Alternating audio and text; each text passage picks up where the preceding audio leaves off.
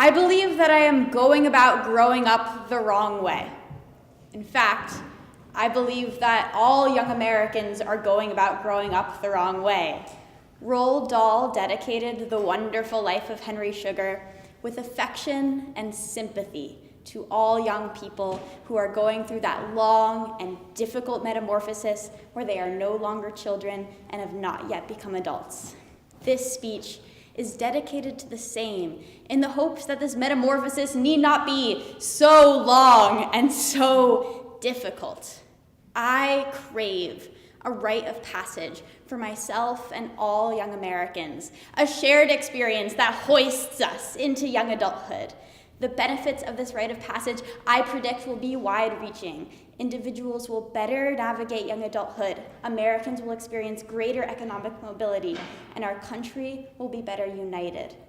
Currently in America, there are two main paths that teenagers follow after high school: go to college or enter full-time employment. This decision is largely based on economic ability. College is a luxury that many are not able to afford. However, in America, a college degree is necessary for economic mobility. In 2013, an American with a college degree made 98% more an hour than an American without a college degree. An American with a college degree will make $900,000 more over their lifetime than an American without a degree. In other words, the American economic system punishes people who are unable to or who choose not to achieve a college diploma. As for the students who choose to go to college after high school, most, I would argue, are not ready. The stress of college, paired with the stress of leaving home, is having massive repercussions on the mental health of the student body. 62% of undergraduates report feeling overwhelming anxiety. 1 in 3 freshmen struggle with a psychological disorder. Colleges, and you can see this at Amherst, they're scrambling to meet the ever-growing demand for mental health support. But still, at the end of the day, 1 in 3 freshmen don't return for their sophomore year. Only 20% of college students complete their degree in 4 years. Only 57 complete their degree in 6. The decision that 1 in 3 freshmen make to return home can be devastating for parents and children alike. It's extremely expensive for families who could have spent the money paying for their retirement or another child's education, or for the student who's left deeply in debt without the degree that had promised to help them pay it back. And it can be deeply, deeply demoralizing for young people who feel like they've failed at the first thing they attempted as an adult. It does not need to be this way.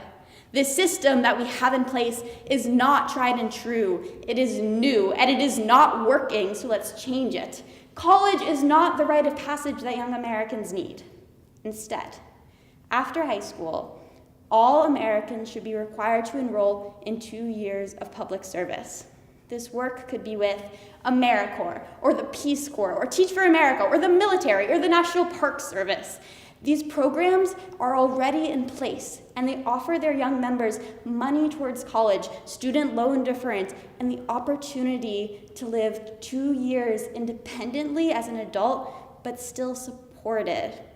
Young Americans will start adulthood on a more equal footing. Every 20-year-old will have 2 years of job experience under their belt. Every 20-year-old will have marketable skills, the opportunity to meet with potential employers, and be introduced to a wide network of people that they otherwise would not have met. A college degree will not be necessary for good employment and the economic advancement that comes with it. The people who then go on to achieve a college degree will do so with the knowledge that it is integral to achieving their goals. College will not be a non-decision or a decision made out of economic coercion. The stress of college will be cushioned by 2 years of semi-independent living, and students who otherwise would not have been able to afford college will have 2 years more of savings to put towards their tuition. The largest reaching benefit, I hypothesize, will not be felt on the individual, but on the national level. America is a sprawling country full of people who disagree with each other. And more, people who are separated ideologically are also separated geographically. If all Americans start adulthood by working with strangers in service, they will meet people who truly reflect America's diversity. Americans desperately need something shared, something that we all have in common. Americans need to talk to each other while we are still young and idealistic and want to save the world. To be clear, I am not trying to encourage young people to drop out of school or trying to diss higher education in any way, shape, or form. And while I do believe that gap years can be helpful for the individual, they will not solve the wider-reaching issues of American disunity or lack of economic mobility. This program needs to take place on the national level. So, as the 2020 election cycle draws ever nearer, keep your eyes peeled for mentions of mandatory national service. The debate usually resurfaces once every 4 years. Obama supported it in 2008. However, this debate only includes the voices of middle-aged politicians, and that weakens it. So if you notice it, you as teachers, but especially as students, have to speak up. Let your country know that there is a better way to grow up, one that reflects our generation's commitment to equity, thoughtfulness, idealism, and stewardship. Let your country know that you are ready to save the world.